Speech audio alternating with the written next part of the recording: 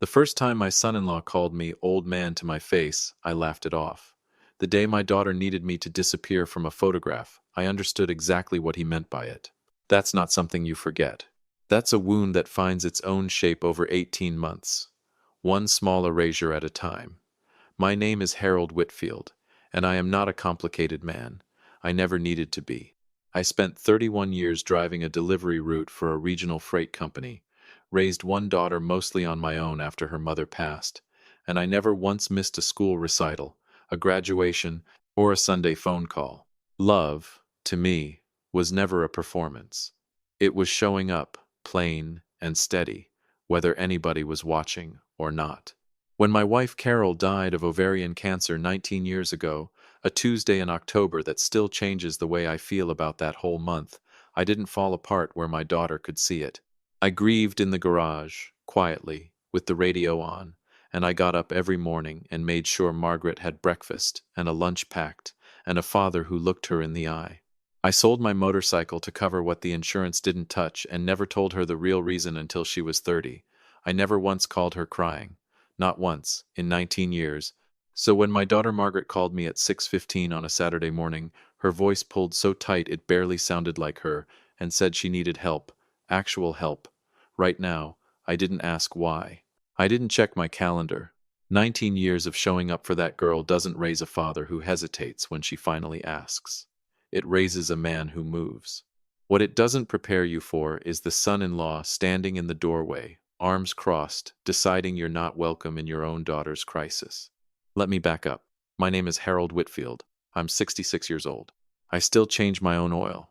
I still coach a rec league softball team of 11-year-olds every spring, and for 2 years I told myself that staying quiet in my daughter's marriage was the same thing as respecting it. I was wrong about that. It took me longer than it should have, but I got there eventually. It was a Saturday, the 9th of May, 6:15 in the morning, and I remember the exact time because I was standing at my kitchen counter in Springfield, Ohio, pouring coffee I hadn't earned yet, when my phone buzzed against the tile. Margaret. I picked up before the second ring finished. Dad. Her voice was thin, stretched, nothing like the girl who used to argue me into extra dessert. Margaret didn't do thin. She'd survived a difficult birth, a house fire scare, and 11 years married to a man who made her small in ways she never said out loud, without ever once calling me in a panic. Maggie, what's wrong? I didn't want to bother you this early. There it is, 34 years old, and still apologizing for needing her father. You never bother me, I said, already reaching for my keys off the hook by the door. It's Emily, she said, and her voice cracked clean in half. She fell off the bunk bed. She's not moving her arm right, and there's a lot of blood from her head, and Derek won't. She stopped herself. Margaret, I'm coming right now. Dad, please hurry. I hung up and stood there for maybe 2 seconds, no more. My truck, a 2015 Ford F-150 I'd had since the day I retired, was sitting at Baxter's Automotive on Route 40. Transmission trouble, they'd told me Thursday. Wouldn't be ready until Monday at the earliest. Fine. Think, Harold, think. I didn't own a second vehicle. Never saw the need for one, living alone the way I did. But my neighbor, Gene Alvarez, kept his old Buick running like a Swiss watch and was up every morning by 5 feeding his chickens before the sun cleared the tree line. I was in my socks in his driveway inside of 90 seconds, pounding on his door. Gene answered in his robe, coffee mug still in hand, and I didn't have to explain twice. Granddaughter's hurt. Hospital, now, I said, and that was the whole conversation. He didn't ask which hospital, or how bad, or whether I had insurance information ready. Give me 30 seconds for my keys, he said, and he meant it. 30 seconds. No questions, no hesitation, no morning routine he wasn't willing to interrupt for a neighbor in trouble. That's the kind of man Gene Alvarez was, and I want you to remember that name because it matters later. He drove me the 11 minutes to Margaret's house on Larkspur Lane, going faster than I'd ever seen him drive in the 4 years I'd known him. And when we pulled into that driveway, I saw something that stopped my heart harder than the phone call had. Margaret was standing on the front porch holding 6-year-old Emily wrapped in a bath towel, blood soaking through near her hairline, Emily crying that thin, exhausted cry that comes after a child has already screamed herself hoarse. And standing in the doorway behind them, arms crossed over his chest, phone in one hand like he was checking a football score, was my son-in-law, Derek Colson. Not moving, not helping, just standing there like a man waiting for a delayed flight. "Derek," I said, getting out of Jean's car before it had fully stopped. "What is going on?" He looked at me the way he always looked at me, that flat, appraising look, like I was a line item he was deciding whether to approve. "Harold, didn't realize you'd be joining us. My granddaughter is bleeding, Derek. Why isn't she in a car right now?" He shrugged, actually shrugged, one shoulder lifting like this was mildly inconvenient weather. "My car's got the new leather interior," he said. "Margaret's still finishing the lease paperwork on hers. It's not insured to drive yet. Some technicality with the dealership. I told her to call an ambulance if it's that serious." I looked at him for a long moment, and something went very quiet and very cold in my chest, a feeling I recognized, but had never let myself sit with before. "You're worried about your leather seats," I said, and it wasn't a question. He didn't even have the decency to look uncomfortable. "Kids bleed on things, Harold. That's just a fact of having kids. I'm not going to eat the cost of reupholstering over a bumped head."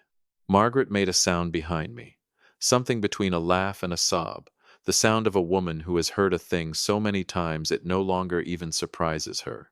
And that sound told me everything about the last 11 years that she had never once said to my face. I didn't waste another second on him. "Jean," I said, turning to my neighbor, who was already coming around the car with a clean shop towel from his trunk. "Can you drive us to Mercy General?" He didn't pause. "Already open the door, Harold. Get her in." No negotiation, no conditions, no mention of his chickens or his mourning or the fact that a stranger's grandchild was bleeding onto the towels in his back seat. "That's what people do," he told me later, and I've never forgotten it. Margaret climbed in the back with Emily curled against her, and I sat up front, twisted around the whole ride so I could keep my hand on my granddaughter's small foot, the only part of her I could safely reach. Derek did not come. He stood on that porch with his arms still crossed as we pulled away, and the last thing I saw in the side mirror was him checking his phone again. The drive to Mercy General took 14 minutes that felt like 14 years. Emily kept asking if she was in trouble, and Margaret kept telling her, "No, baby, no, you didn't do anything wrong," in a voice so carefully controlled, I understood she was holding herself together with both hands. We checked into the emergency room at 6:52 in the morning. A nurse named Patrice, silver-haired, no wasted movement, had Emily back in a room within 10 minutes flat. The doctor on call was a young woman named Dr. Reyes, calm-voiced, quick-handed, who ordered an X-ray for the arm and 4 stitches for the scalp wound, and told us, with real relief in her voice, that it looked far worse than it was. Concussion protocol for observation, nothing more. Margaret sat beside the exam table holding Emily's uninjured hand, and I stood in the doorway watching my daughter be exactly the mother I'd raised her to be, steady under pressure, present, unshakable, and I thought about the man who hadn't come, and something in me finished settling into place that had been shifting for a long, long time. I sat with them through the X-ray, through the stitches, through Emily falling asleep clutching a stuffed rabbit a nurse had found somewhere in a supply closet. Derek texted twice. Once, at 8:14, to ask if everything was fine now.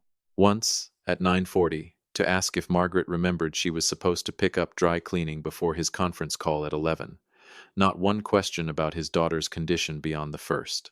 Not one word of concern for his wife, who had not slept, had not eaten, had not stopped shaking since 6:15 that morning. I watched Margaret read that second text, watched her face do something small and terrible, a kind of resigned flatness settling over features that used to light up so easily, and I understood in that moment that I was watching the final stage of something that had been dying slowly for a very long time. We were discharged at 11:20. Jean had waited in the parking lot the entire 5 hours. Reading a paperback Western he kept in his glove box for exactly this kind of situation, he told me later, though I suspect he'd never had to use it before. When I thanked him, really thanked him, he just waved a hand. "Harold," he said, "that's not a debt, that's just Tuesday." I stayed at Margaret's that night. I told her I wanted to make sure Emily's stitches held, which was true, but it also wasn't the whole truth. The whole truth was, I didn't want to leave my daughter alone in a house with a man who cared more about his upholstery than his own child's blood. Derek came home at 7 that evening, freshly showered, smelling like a different day than the one we'd all lived, and he looked at Emily's bandaged head with the mild concern of a man inspecting a scratch on a rental car. "Looks like you had quite the morning, kiddo," he said to her, and then, to Margaret, "Is there dinner? Not how is she? Not I'm sorry I wasn't there. Is there dinner?" I sat in that living room and watched my daughter's shoulders curl inward, just slightly, the posture of a woman bracing without meaning to, and I thought about Carol, about the way she used to say that you could measure a marriage, not by the vows spoken at the altar, but by what a person reaches for first in a crisis. Derek had reached for his phone, then his leather seats, then his dinner, never once for his family. I left the next morning, Sunday, but I didn't go far. I told Margaret I loved her. I told Emily to keep icing her arm, even though the stitches were the more dramatic injury. And I drove Jean's Buick, which he'd insisted I borrow until my truck was ready, back to my house on Chestnut Street, where I sat at my own kitchen table and didn't move for a long time. I thought about the last 2 years, really thought about them, not the way I usually let myself, glancing sideways and moving on, but head on, every small moment lined up end to end. The Thanksgiving where Derek made a joke about my delivery truck money in front of his business partner. The way he referred to my visits as Harold's check-ins, like I was a home inspector rather than a grandfather. The Christmas photo 2 years back, the one Margaret had proudly texted me, where I noticed, only after staring at it for a long while, that I had been cropped out of the original frame, my shoulder just barely visible at the edge, because Derek had wanted, in his words to Margaret, a photo that looked clean for the holiday cards. My own daughter had apologized to me for that. I had told her it was fine. It was not fine. It had never once been fine. And I had spent 2 years telling myself that keeping the peace in Margaret's marriage was the same as protecting her, when really, I had just been standing quietly at the bottom of a staircase, waiting for a door to open that never did. Monday morning I woke before my alarm, which is how you know something has settled onto your chest that sleep cannot move. I lay there in the gray early light, thinking about my late wife, about the promise I'd made her in the hospital corridor the week before she passed, that I would look after Margaret, really look after her, not just show up for the easy parts. I thought about Emily's small foot under my hand in the back seat of Jean's Buick. I thought about Derek's face, mildly inconvenienced, checking his phone while his daughter bled. I got up, made coffee, the strong kind, and sat at my table with a legal pad I kept for grocery lists and started writing something else entirely. I called my attorney at 9 sharp. Walter Briggs had handled my affairs since before Carol died, a careful, deliberate man who'd drawn up my will 8 years back when I first started thinking seriously about what would outlast me. He picked up on the second ring. "Harold," he said, "everything all right?" "Not exactly," I told him. "I need to come in today, if you've got the time. I've got some changes I want to make, and I've been thinking about them longer than you'd guess." There was a pause on his end, the professional kind, absorbing rather than stalling. "Of course," he said. "Come by at 2. I hung up and sat there a moment longer, looking out at my backyard, at the maple tree Carol had planted the year Margaret was born, and I felt something I hadn't felt in 2 years. Clarity. Not anger exactly, though the anger was in there somewhere, banked low and steady. Mostly just clarity, the specific kind that arrives only after a man stops making excuses for people who never once made any for him. I drove myself to Walter's office that afternoon in Jean's Buick, my transmission still not fixed until Wednesday, as it turned out, and I sat across from him in his small, book-lined office on Fountain Avenue for the better part of an hour. I won't put every word of that conversation here. Some things are private, and I intend to keep them that way. But I will tell you this. By the time Walter capped his pen and slid the new documents across the desk for my signature, the plan Derek Colson had been quietly, comfortably counting on for 11 years of marriage to my daughter had been completely and legally rewritten. The house on Chestnut Street, paid off free and clear in 2011. The modest but steadily growing investment portfolio I'd built one careful contribution at a time since my 30s. My father's old tools, still sharp, still oiled, sitting in a chest in my garage. The 1969 Mustang I'd restored over 6 patient years in that same garage, the one that still turned heads at the county fair every August. All of it, every last piece, was placed into a trust. A trust with one beneficiary, Emily Rose Colson, my granddaughter, to be administered entirely by Margaret until Emily turned 25, with Margaret named as sole trustee and sole decision-maker, no exceptions. No co-signers, nothing requiring Derek's name, consent, or knowledge to move a single dollar. Derek's name appeared exactly 0 times in that entire document, not because I hated him, because he had never once, in 11 years, given me a single reason to believe he'd steward anything he didn't personally benefit from watching. Walter walked me to the door himself when we finished. "Your daughter is lucky to have you," he said, which is not the kind of thing Walter Briggs says lightly. "I know," I told him. "I've always known it was the other way around, too." I drove home that evening with the windows cracked, the May air cool and honest against my face, and for the first time in longer than I could easily count, I felt something settle in my chest that felt a great deal like peace. I didn't tell Margaret right away, not because I was hiding it, but because it wasn't information she needed yet, not until it mattered, and I wanted her to hear it from Walter's office the proper way. When the time came, not from me trying to explain my reasoning while she was still exhausted and raw from Emily's fall. I checked in with her every day that week, the way I'd promised. Emily's stitches were healing clean. Margaret sounded steadier by Thursday, though there was still something worn in her voice that hadn't been there 2 years ago, something I intended to help her find her way back from. One visit, one Sunday dinner, one quiet conversation at a time. It was the following Saturday, exactly a week after Emily's fall, when everything came apart at once, the way these things tend to. Walter's office had reached out to Margaret directly that Friday, standard notification for a named trustee, explaining her new role and asking her to come in Monday to review the trust documents and her responsibilities. Margaret, being Margaret, honest and transparent in her marriage in every way Derek had never earned, mentioned it to him that same night over dinner. I wasn't there. I only know what she told me afterward, in pieces, over several long phone calls, but I've put it together well enough to tell it straight. Derek had gone very quiet at first, she said, the kind of quiet that isn't thinking, it's calculating. Then he'd asked her, carefully, what exactly the trust included. Margaret didn't fully know yet herself, she told him honestly. She hadn't seen the paperwork. He'd pushed. Asked about the house on Chestnut Street. Asked about the Mustang, which he'd once, offhand, mentioned might be worth restoring and reselling for a tidy profit, an idea Margaret had shut down immediately at the time, though apparently it had never left him. He'd asked, finally, directly, whether his name was anywhere on it, whether he had any say in how the trust funds could be used.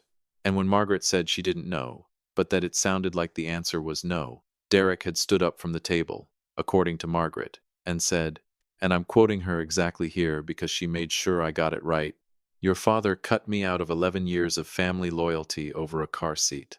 Margaret told me she sat very still for a moment after he said that. Not because she was surprised, because she finally heard, out loud, in his own voice, exactly what those 11 years had meant to him. Not marriage. Not partnership. Not even, in the end, his own daughter's stitches. A ledger, an investment he felt entitled to collect on. She told me she looked at him and asked, quietly, if he was more upset about missing Emily's fall or missing the inheritance. And Derek, she said, didn't even pause before answering. He said, "Margaret, be realistic. That's not a fair question, and you know it." That was the moment, she told me later, sitting across from me at my own kitchen table 3 days after it happened, that something in her simply stopped bending. Not broke, she was careful to say. Stopped bending. She said it very plainly, the same steady voice I remembered from the night I taught her to drive stick shift in a church parking lot, patient and clear even when the situation wasn't. "I've been showing up alone for a long time, Dad," she said. I just didn't have the word for it until I heard him say it out loud like that. She called Walter's office Monday morning and asked, on her own, with no pushing from me, about her legal options regarding the house they'd been renting together, about custody considerations, about what protecting Emily's future actually looked like now that she understood, clearly and without excuses, what kind of partner she'd been carrying for 11 years. I didn't push any of it. I want to be honest about that. I sat across the table from my daughter and I listened. The same way Jean Alvarez had shown up for a stranger's grandchild without asking a single question first, because that's what people who love you do. They show up, and then they let you decide the rest for yourself. Derek called me twice that week. I let both calls go to voicemail. Not out of spite, not yet anyway, but because I genuinely had nothing to say to him that wouldn't come out sharper than I wanted it to, not until I'd had time to sit with all of it properly. He texted, eventually, a long message about how the trust felt like a betrayal, how family was supposed to trust family, how he deserved better than being frozen out like a stranger. I read it twice, sitting in my own kitchen with Jean's Buick still parked in my driveway because my transmission had, in fact, taken until Wednesday to fix as promised, and I thought about Emily's small foot under my hand in the back seat, about the leather upholstery, about, is there dinner, about, your father cut me out over a car seat. I typed back 4 words. Derek. Family shows up first. I set the phone face down on the table and didn't pick it back up for the rest of the night. Margaret and Emily came to stay with me 2 weeks later, the arrangement temporary at first and then, gradually, not temporary at all, the way these things often go. Once a person finally stops holding a door open for someone who was never planning to walk through it. Emily's arm healed completely, no lasting damage, though she still, months later, sometimes touches the small scar near her hairline when she's thinking hard about something. A little unconscious gesture that catches my breath every single time I notice it. I put up a swing set in my backyard, under the same maple tree Carol planted the year Margaret was born, and some evenings I sit on my back porch and watch my granddaughter fly higher and higher against a sky the color of the end of a good day. And I think about the trust sitting safely in Walter's careful hands, about a man who reached for his phone before his own child's blood, about a neighbor who was in his socks and out his door in under 30 seconds for a stranger's emergency. And I understand, completely and without a single doubt, exactly what kind of legacy actually matters, and exactly who has earned the right to carry it forward.